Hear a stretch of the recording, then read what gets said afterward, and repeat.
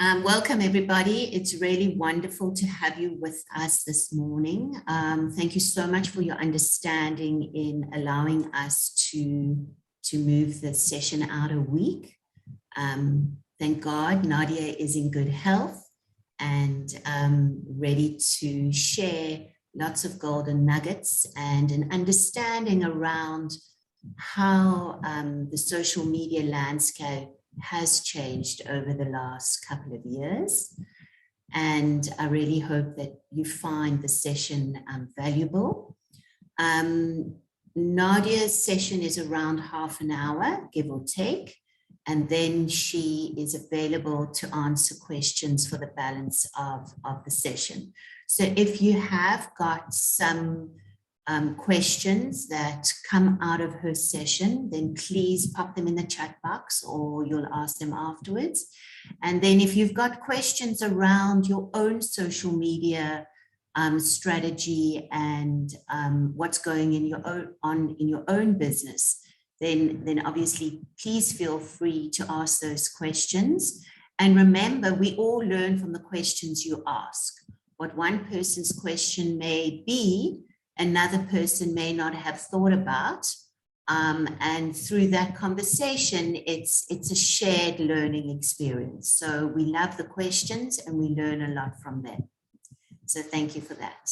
So just to give a brief introduction to Nadia, she's been a longtime friend of ORT Jet and has been incredibly generous with her knowledge and her expertise and her time. And Nadia, we are incredibly grateful for you doing these sessions with us and just sharing some valuable insights into the somewhat complex and overwhelming area of digital marketing and social media. So thank you, and over to you. Thank you, Lisa, and so nice to see everybody. Thank you so much for joining. I'm very excited to be here. I'm just going to share my screen.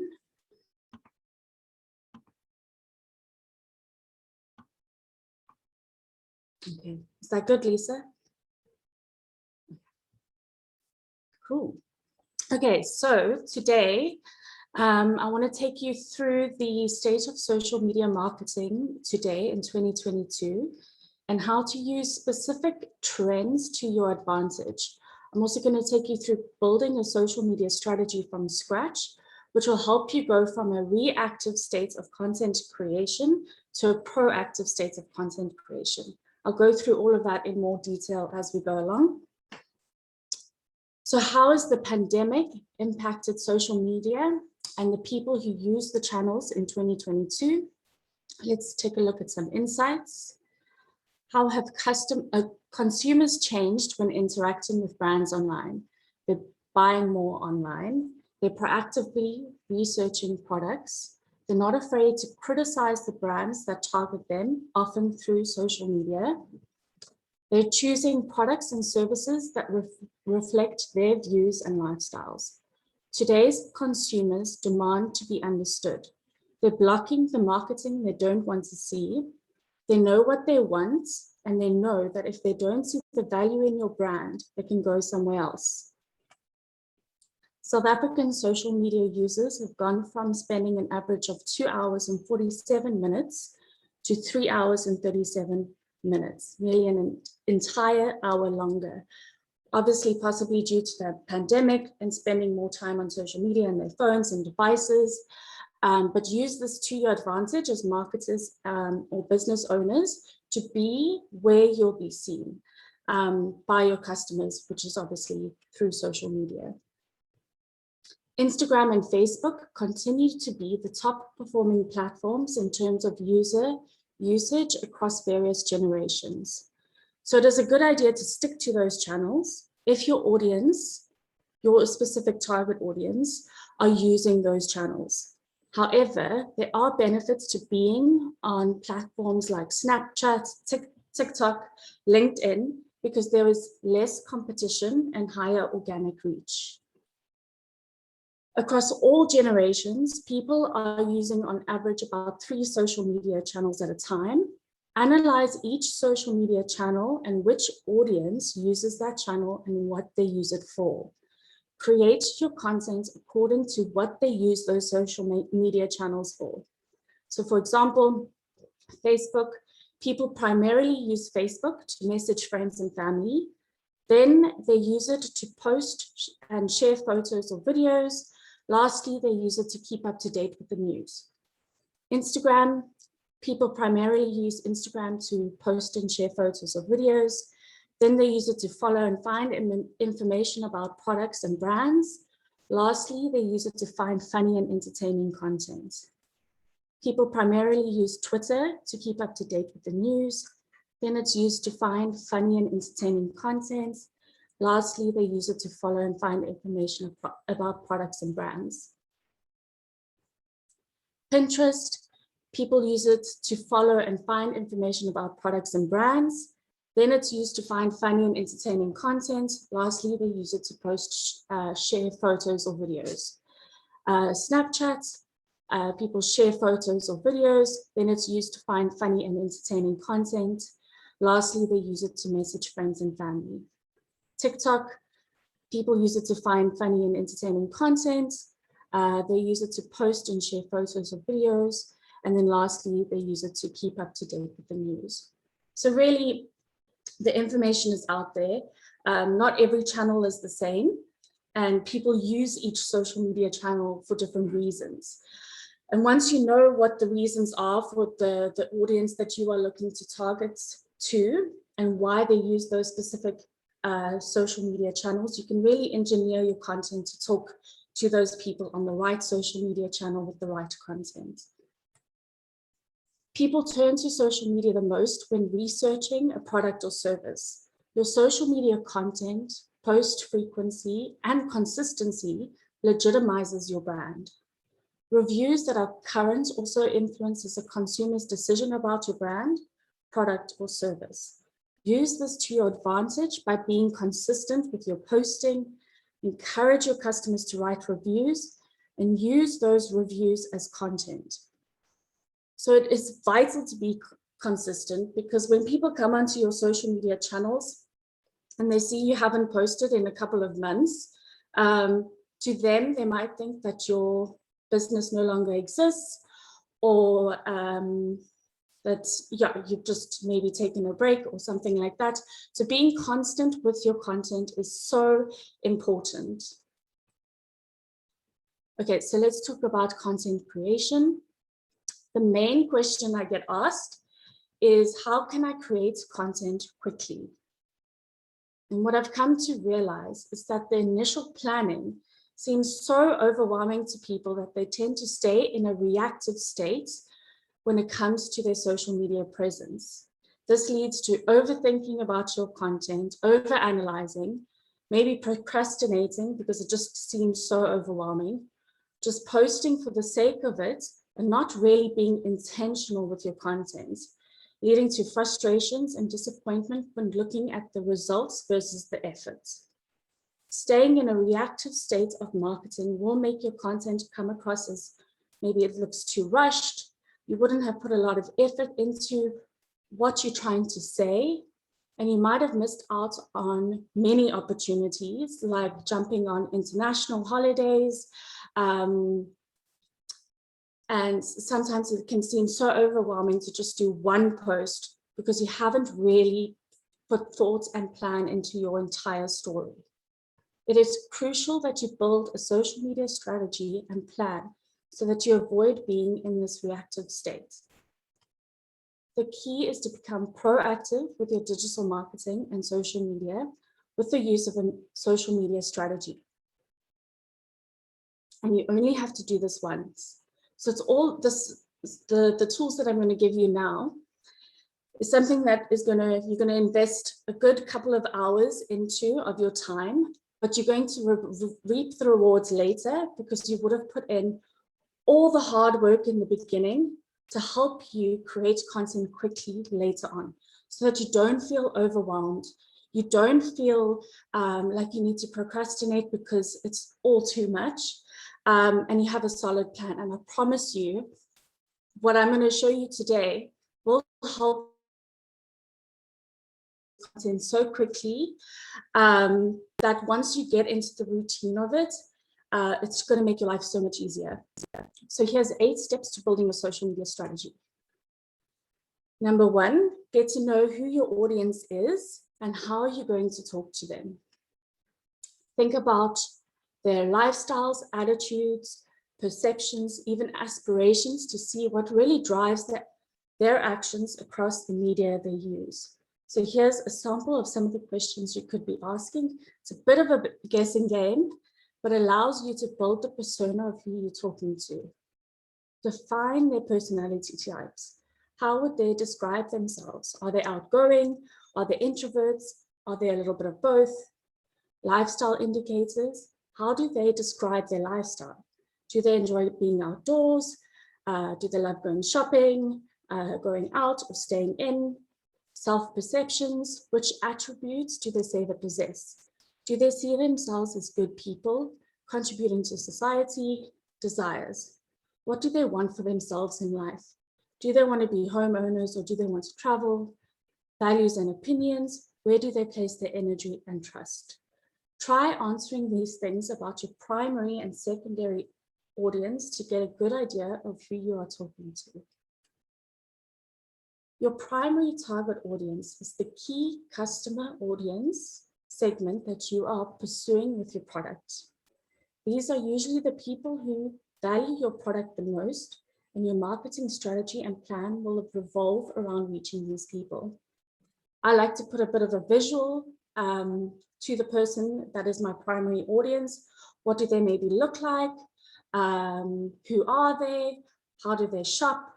What do they do in their spare time, their free time? What are their values?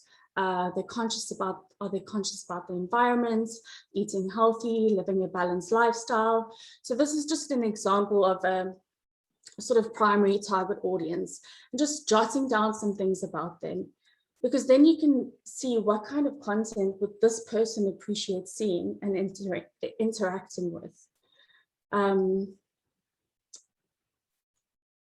Your secondary target audience is the second audience segment you will pursue.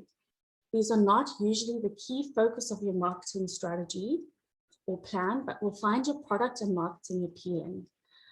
So an example of profiling your secondary audience. Her family is #1 priority. She's got a good career and job in a corporate. She's between the ages of 35 and 45 years old, likes organic products. She's conscious about the products and brands her family uses, researches brands she buys from and supports. She's married with children. She goes to Virgin Active, shops at Woolies and Checkers, buys clothes from Woolworths, H&M and Truworths, enjoys pedicures and manicures. She hosts the dinners, braais, and plans all the family activities. Try and picture who your audiences are, and it will give you a good idea as to how to talk to them and how to engineer your content to them. Number 2, look into what social media channels are being used by your target audience and why they use them. And we know this from these insights I took you through earlier. This tells us who is using what social media channels and the reasons for using them. Engineer your content accordingly. For example, if you are a retail business specializing in home decor, might be a good idea to look into using Pinterest as one of the main social media channels to communicate to your audience, because we know that people primarily use Pinterest to research about their brands, to look at beautiful content.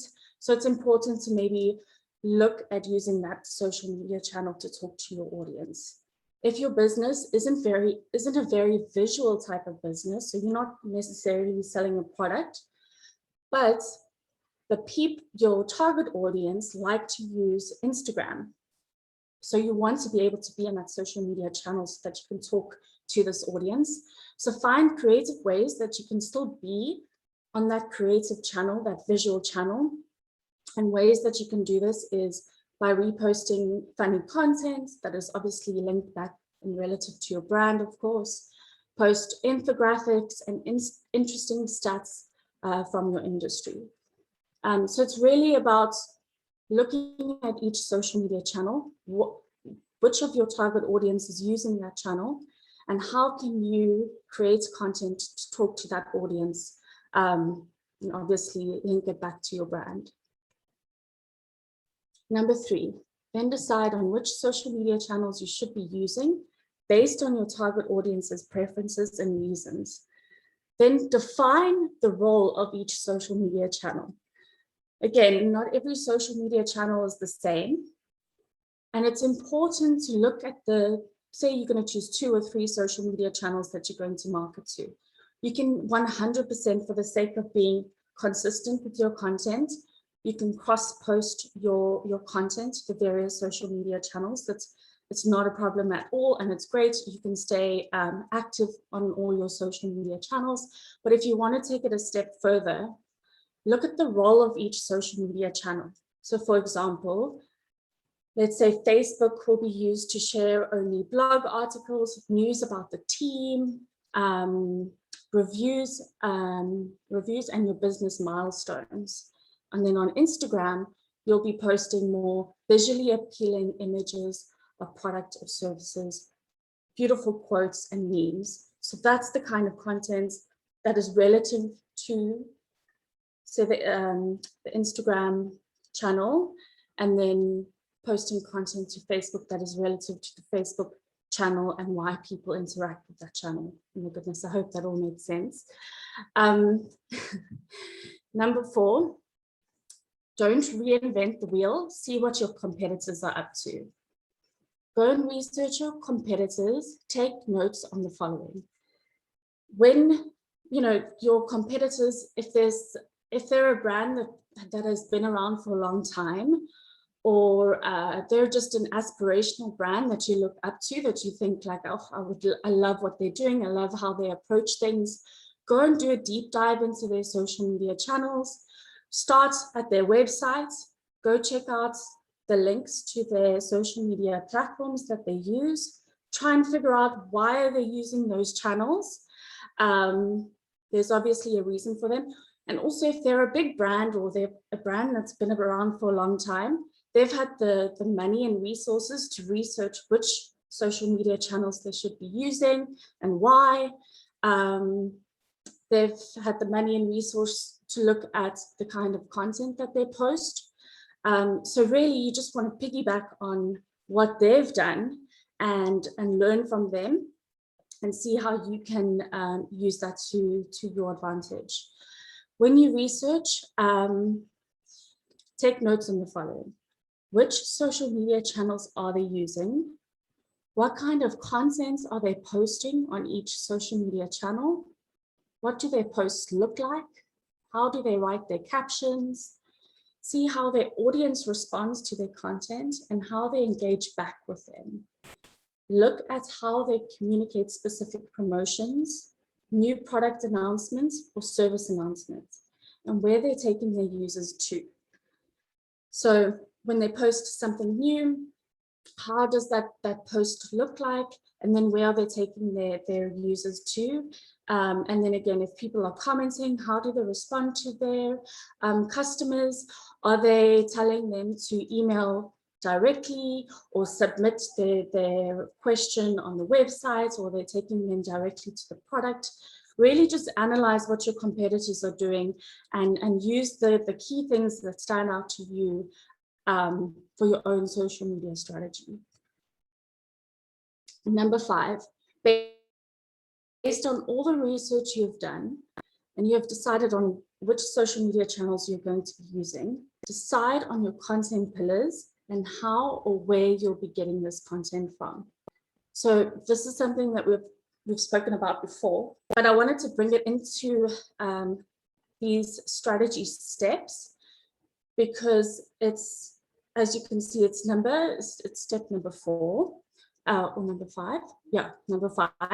So you really have to do so much more before you get to the point where you start making content. So if we can just recap quickly on these things that I discussed with you last year. The 3 pockets of where to get your social media content from: owned, earned, and paid. Owned content, this is content on your own channels. It's your website, blog, emailers, Facebook, and Instagram account. Your newsfeed content like your posts, your about info, your bio, and stories. Earned content, this is content you get when people engage with or share your content. Think of the word freebies, it's often forgotten, but it is how you get the most out of the time you invested in your social media channels. It's the reviews and testimonials on your website or Facebook page. It's frequent comments on your posts. It's tagged photos or mentions on your social media channels. Paid content is anything that you've put paid media against. It's your paid social media campaigns, influencers, and boosted posts. Creating content pillars helps you get organized. Align your content pillars to your business goals and prioritize your storytelling. It helps your customers systematically increase like and trust because there's cohesion and thought with your content. Essentially, it's your storytelling framework. We all know by now that authentic storytelling, authentic content that tells your unique story always wins. So these are just examples of pillars. Pillars are created from the main topics that make up what your business is all about. So for example, mission or values, stand out from the crowd with stories about who you are and how your business is different from the rest. Share your mission and values with your audience. Sorry.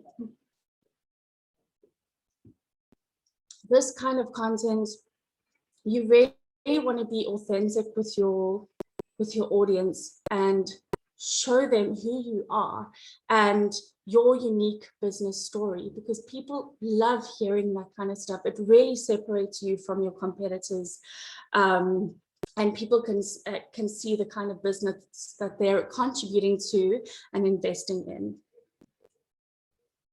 Lifestyle or product, allure and entice your audience with beautiful lifestyle images. Use a combination of lifestyle images, images of your product in use, or people enjoying your product.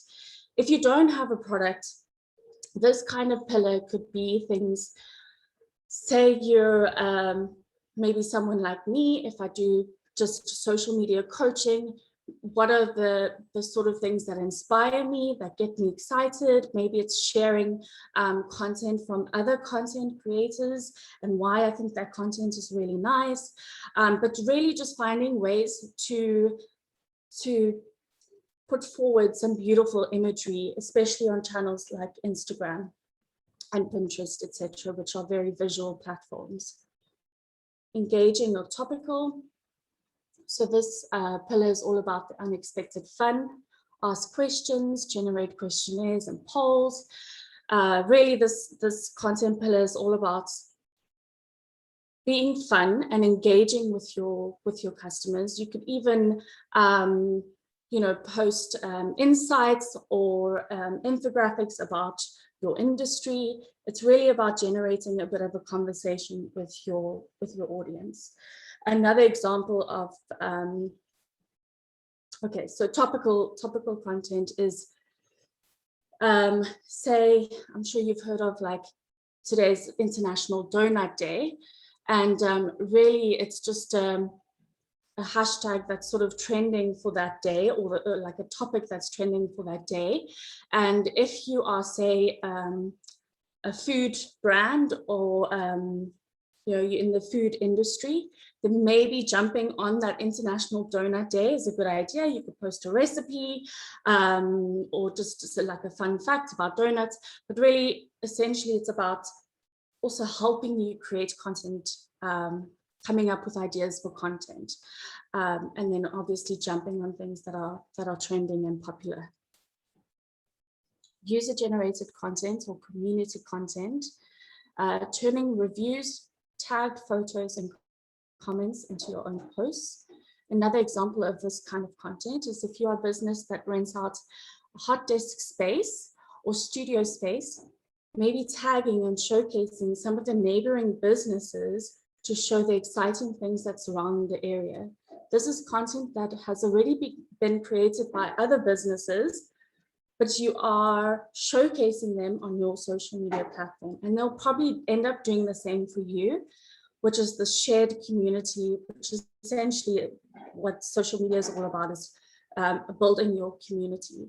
So showcasing, for example, if you are a space that rents out desk space, and showing people the kind of places that are around the area really entices them to want to be in that area. And it's just a nice way to highlight other small businesses, and they could do the same for you. So make use of community builders. They can help you create content quickly.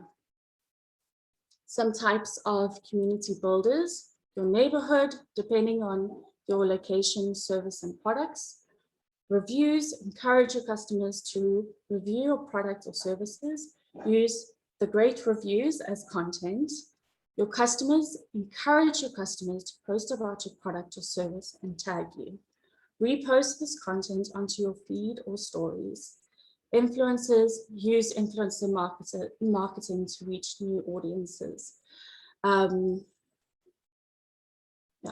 Influencers, if we could just talk on that quite quickly, is people with a large following on social media, and they are people who they're known to talk about other brands. So people who are following them already know that they are talking about other brands. It can legitimize a brand as well, because if this influencer is advocating for your brand, then maybe their followers will trust that influencer's opinion and want to use that product. It is nice to use, and you really can you can get a lot of content when working with influencers. And you don't have to work with someone who has an insane amount of followers. Even micro influencers, so people with about 5,000 followers to 10,000 followers, they really can, they actually get a higher reach than people with more followers. And because they haven't been doing this for a long time and promoting other brands, people trust them a lot more. Number 6, decide how your content is going to look visually. Look at each pillar and decide how they will look. Lifestyle images, do they have a filter on it? Is it cropped, or do you have multiple images to represent this pillar? How do your reviews look? Event posts or product posts? Decide a look and stick to it. Consistency is key, so keep things simple so that it is easy for you to keep creating. And if you're struggling to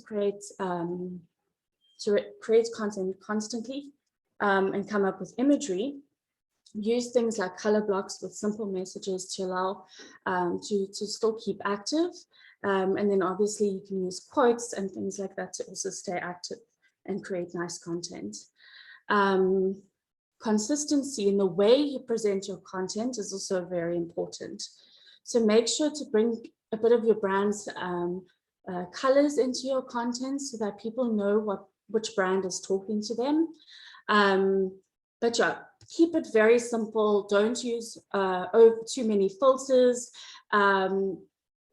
Just try and find a way that you can plan your content so that it's visually appealing and easy to create constantly. So the key to getting out of a reactive state of content creation and start being proactive is with the marketing calendar. I can't express enough how important this is. It is vital to analyze your internal business goals and objectives, assess what are the outside influencing themes for the quarter, for the month. For example, Valentine's Day, summertime, school holidays, etc. And look at what products or services do you want to promote during that period, and align all your digital communications with your goals, themes, and promotions. With a marketing calendar like this, you can really have a good overview of the next, say, 4 months, so that you can make sure that there's consistency with your content. So say your internal business goals is to make X amount in sales or get X amount of bookings, so that you have that there. It's at the forefront of when you're planning all your other communications. What are the influencing themes? So say school holidays are going to start. How can you jump onto the school holidays? What does that mean for your brand? Are you going to talk about, now moms and dads can relax a little bit more, maybe it's a bit more overwhelming. How does your product help them during that time? Maybe you can run a promotion during that time, and really just like analyze everything and see how you can align the things that you need to sell.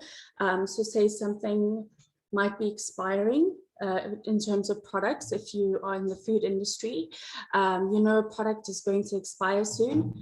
So maybe you can run a promotion around that, and maybe add it as a freebie to customers, maybe the first 10 customers, but really just, it allows you the opportunity to really have an overview of everything that you need to get out in terms of your website and social media channels.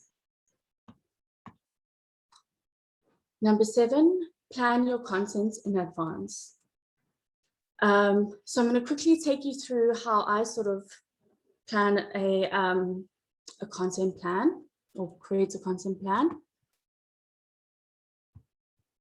So once you've done your overall marketing calendar and you know what you're in for the month, you know the things that you need to put on your website, you know the promotions you're going to do that are linking back with specific themes or things that are happening in your target audience's life at that time, then you can, obviously looking at the sort of bigger communications you need to get out when it comes to sending out an email communication and aligning your social media content to all of those things that are happening on your website and in your email communications.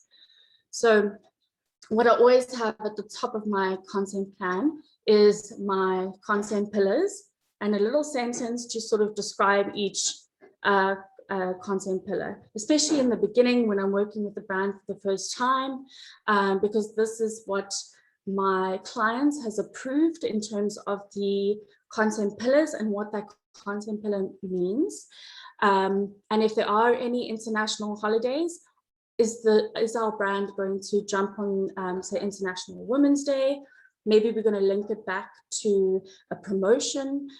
So it really tells us that that's happening on the 8th of March. So I need to plan that those communications happen within the next 2 weeks so that there's enough time to build momentum, etc. So you've got your content pillars, and then you've got the key takeouts from the marketing calendar. So the key things that are happening throughout the month. Then what I do is you literally just start, you can start putting in the content pillars. So you already know that these are the things that you need to create posts from. And say you're going to do 12 posts in the month, and you have 6 content pillars. Either you can do 2 posts per content pillar, and then just sort of go through the first 6 content pillars and then repeat it again, and then just find other ways to talk about each pillar. Otherwise, you can just start bringing in some of the key things from your marketing calendar. And it's really just a nice, easy way to really get this content out quickly. The other thing that I like to do is I'll do all my copy right off the bat. So planning all 12 posts, what is the gist of each post, and then a little description as to what the creative needs to be. And I find a lot of people, what ends up happening is they forget to take photos of something that's happening. So say new stock has arrived, and then the arrival process happened, the truck was unpacked, everything's been packed away, but nobody took a photo of it. So when you plan this out and you put the dates in your content plan, maybe you can add it as a reminder on your actual calendar to take a photo of this thing so that you have the images to go with that post. And it's really just about making life easier. Also, content you don't have to have long posts. The copy doesn't have to be very long at all. It just needs to be to the point. And just really good quality images to go along with it. And again, your social media channels, not only is it about the content that you're posting, sometimes that's a little bit irrelevant. It's about being consistent with your posting. So being active constantly, so that you never look like your business is out of business, so you've closed shop because you haven't posted for a couple of months. And the other thing is, look at, specifically Facebook is seen as helping your organic search. So mentioning various products or things about your brand that are searchable terms that people would research, like hot desk space in C points. Make sure that you've got social media posts that mention those terms, so that you come up top when people Google search for those different terms, and your social media post will more than likely come up in the first page of Google search. So not only is it about, posting good content, but it's also about being active and then, talking about certain terms that are relevant to your brand.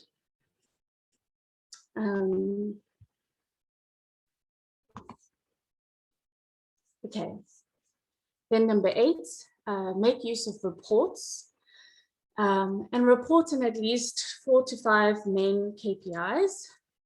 Without reports, you don't know, you'll be working in the dark and you don't know how well you're doing, or where you need to concentrate your efforts, put your efforts into.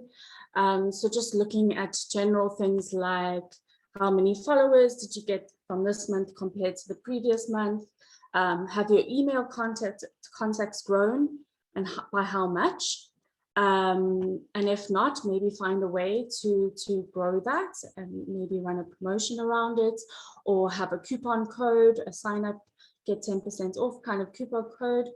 Or if you saw a real jump, then look back at your content and see, why did you get such an influx of email contacts? And then obviously look at your sales, or whatever is the main sort of KPI that you are needing to measure. And then obviously looking at things like website visits. Some brands also, some people like to look at how many people did they reach, what were the engagements like. So it really depends on what your business is and what's important to you. And then just remember, unfortunately, a mere 5% of your audience will see your content organically. So it is important to put a little bit of money aside to boost the posts that are really, you think are doing really well. Even if you look at your content pillars and say your lifestyle or product content pillar, or your, I don't know, topical content pillar, those are 2 pillars that we're always going to put money behind. And it can literally be as little as 100 Rand. But at least, those are the posts that you're going to boost. So when you are thinking about creating the content for those pillars, that content is going to have to look really nice, because you're going to put some budget behind that to get in front of people. So yeah, that's basically a strategy in a nutshell. And like I said, it is a lot of time you have to invest in the beginning, but it really saves you in the long run, because you get into that position where you are being proactive and not reactive. And your customers will see you in that reactive state, because your content, maybe there could be a spelling mistake in your content, or the image isn't that great, it could have been better. And then you get upset with yourself because it could have been better. And then some people just take forever to try and create the content, because it's all just so overwhelming. Because if I'm going to do this one post, I feel like I need to tell this whole story about our values all in this one post. But you don't have to. You can break it up, because you know that you've got your pillars and you're going to talk about this topic again. So yeah, that's basically everything. And yeah, thank you. Thanks, Nadia. Well, a lot of information, a bit of an information overload, I think, for most of us. Well, especially me. But honestly, thank you. That was a very clear and focused overview on the situation. There is a question in the chat box. If I could start with that, and then please feel free to unmute yourselves if you'd like to ask Nadia a question. We've got about 15 minutes or so. The question, Nadia, is it bad if you try to engage an audience and get no response? For example, from a poll, you launch a poll and get no response. Well, again, it's hard because it's your organic reach is so low. So you can sometimes be quite hard on yourself because you think that the poll wasn't exciting enough and that nobody's going to interact. But I think that, yeah, just remember that less than 5% of your audience is actually going to see the poll that you've put out there. I think polls and that kind of thing, maybe running a competition linked to the poll will get higher engagement. And polls can be a lot of work. So I think really only do them if you feel like maybe you have something enticing to put with the poll. But at the same time, I wouldn't get too, social media is, you know, Lisa and I were talking about the fear-based sort of situation when it comes to social media, in terms of like, oh, I'm too scared to put a poll out there, I'm too scared to, maybe not a lot of people are interacting with my content, etc. People will not be like judge you for like people not interacting with your content enough. People will judge you for not being consistent enough with your content, and people are very forgiving. So if a poll didn't work, you could even ask the next poll, like, why didn't you interact with the poll? What was it about the poll that you didn't like? Get your community involved in your brand, and that's what people want to do. And really just be sort of open and honest with them in, you know, in the best way that you can be, or as revealing as you can be, and you'll see a really positive response from your audience when you take that approach. And then I see the link, is it the content plan document? Yeah, I think so. Okay. Yeah, and then Nadia, sorry, I just want to ask you, leading on to Dina's question about the poll. I mean, is that something you could you boost a poll, or do you only boost posts? I've never boosted a poll. You could do something where people need to go to your website if you wanted to do a poll on your website, and they could finish up the questionnaire there, and then maybe you give them a coupon code, but they have to sign up to your newsletter to get that coupon code. Sometimes, like, you know, if you want to give stuff out, or you want to get something from your customers, you've always got to think of ways that either if you're going to do a competition, you want to get something back from it. So you want to get newsletter signups, etc. If you're trying to get information from your customers, give them an incentive for giving you information and feedback by giving them a coupon code, etc. Okay, Cindy Cohen would like to ask a question. Cindy, would you like to unmute yourself? Yes, I have. Thank you. Oh, awesome. Hi, Nadia. I've got a few sort of questions, or maybe just looking for some insight. The first is in terms of Instagram and Facebook. I see a lot of people are doing reels, they're doing videos, there's stories, there's posts, there's boosted posts. Is there anything that works better through research or through your own experience? Would you say that the story should link to the post, or are reels worth it? Would you say video as opposed to stills? Is there anything that's sort of more valuable? That's the first. And then in terms of giveaways, I know there's some rules around giveaways through social media, and it's obviously not affiliated to Facebook and Instagram. But do you think there's value in doing giveaways in terms of increasing followers, or what's the end result basically? Are you going to have people purchasing or just following you? Yes, okay, cool.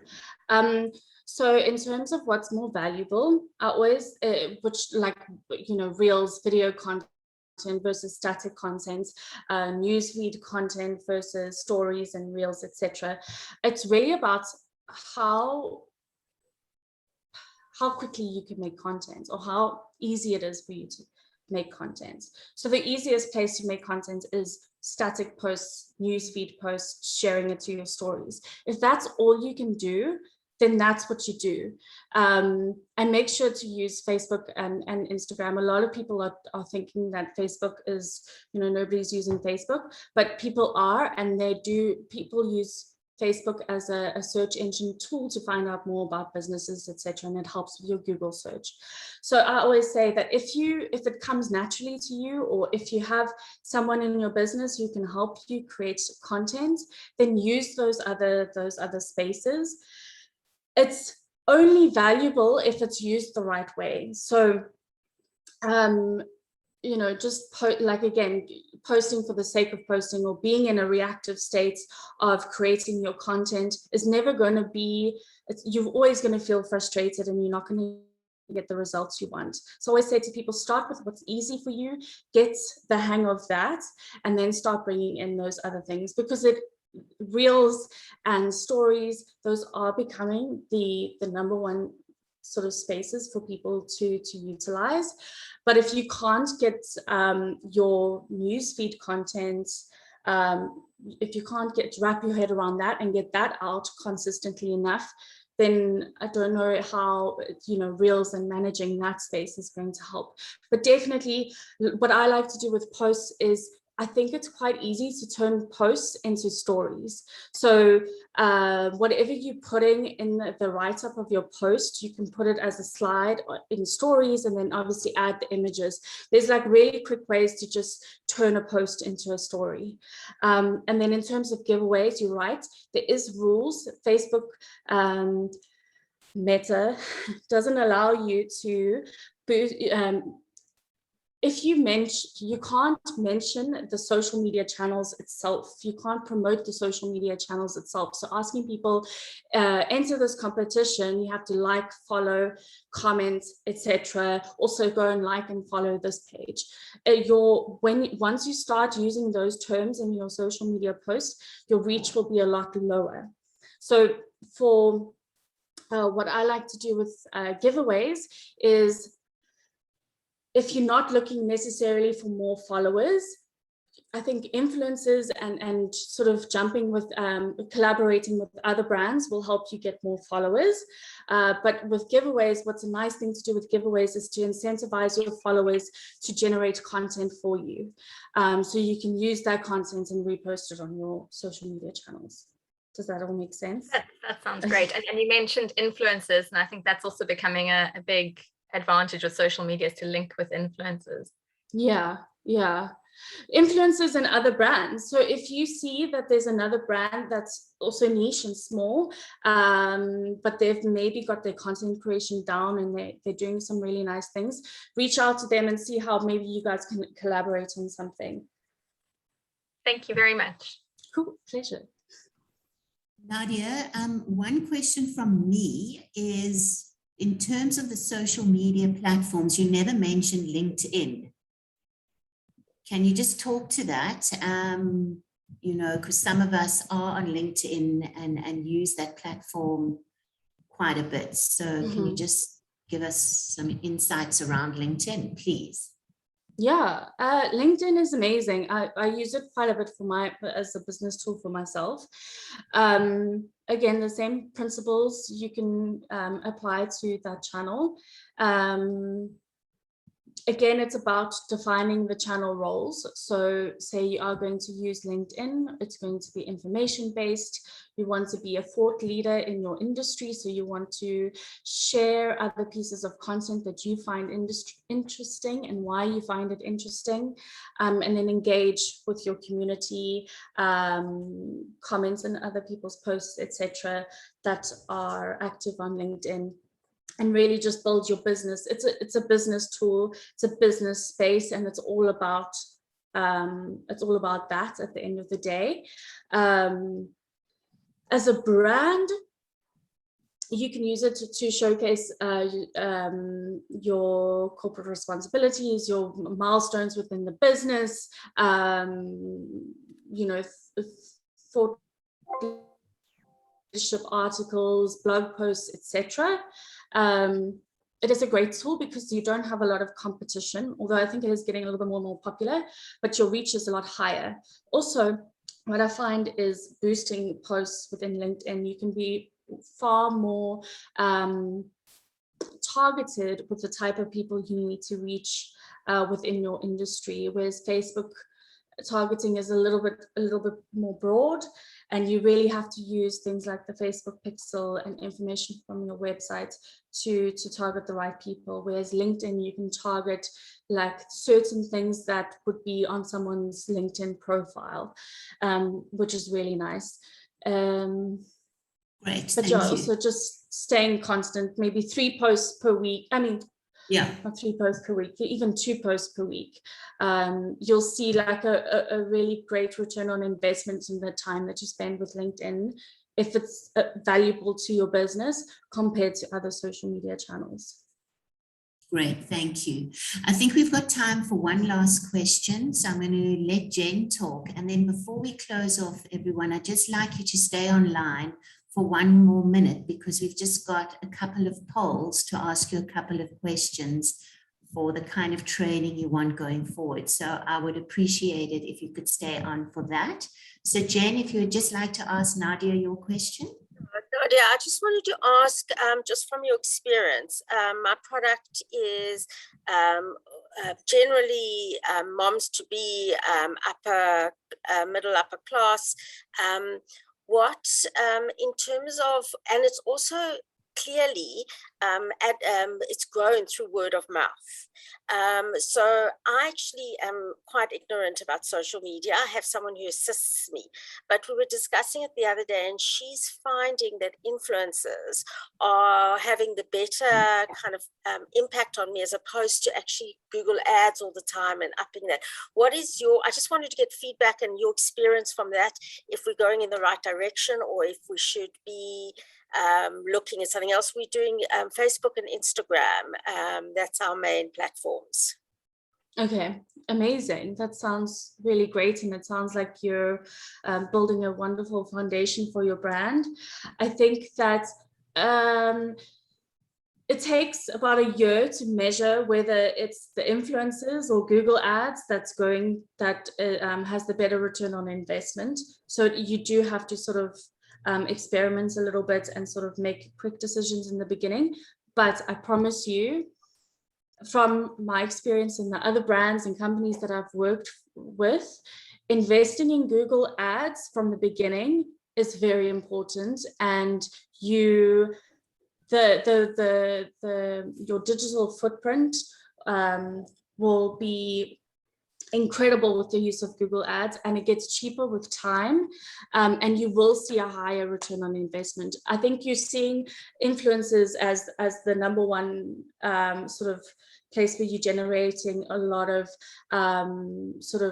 sales, is because you probably don't have the Google ads in place. But even Google ads and Facebook social media advertising, find a person that or an agency that can help you do all of those things in one go. And I would invest some capital in those things and set some money aside. And maybe before you get to that point, just continue with influencers, but definitely don't disregard Google ads and social media ads. They're super important, and finding a company that can help you do both of those things is essential. Okay, because I was just interested that that form you put, that shot, whatever, the screen you sent us, that was, it actually showed the influencer much lower. I have been doing it for a couple of years, and the Google ads have always been a dominant thing, but I'm just at this stage feeling like it's a kind of a, you know, it's a balance, and I noticed that the influence was much lower. So is that your general trend as well? That's as opposed to Yeah. Okay. Yeah. All right.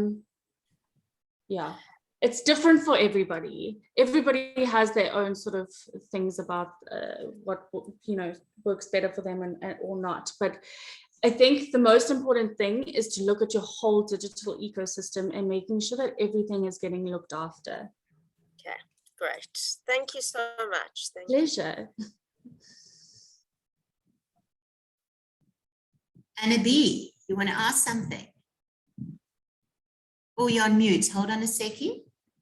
Last question before we do the polls. Yeah, over to you, Anna.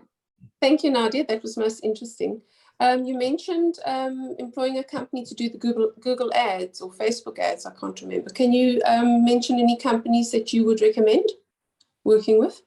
Yeah, there's a company called Azapi that I've been doing work with. There's some other freelancers that can also help. But yeah, Azapi is an agency that I've been doing a lot of work with, and they can do all of that stuff. They will buy Google ads on your behalf. Yeah, so what happens is, I'm no expert in Google ads, guys, so but I'm just going to give you the gist of what I understand. So basically, it's Azapi is AZAPI. Here we go. So you're bidding for that space. So when people search for certain terms, I'm going to use coffee as an example, you're going to be paying for that term coffee, so that your brand can be shown when people are searching for that term. There's different types of Google ads. There's brand awareness, and then there's shop ads, and oh my goodness, like whoever knows Google ads, they're going to be like, this is so embarrassing because she's not using all the right terms, but it's literally a YouTube video away. But you're just essentially bidding for those words in that space. And you just put a set budget, and just like with social media ads, it gets cheaper the longer you run your ads, the more you optimize those ads, etc. But I have found that Google ads has the highest return on investment.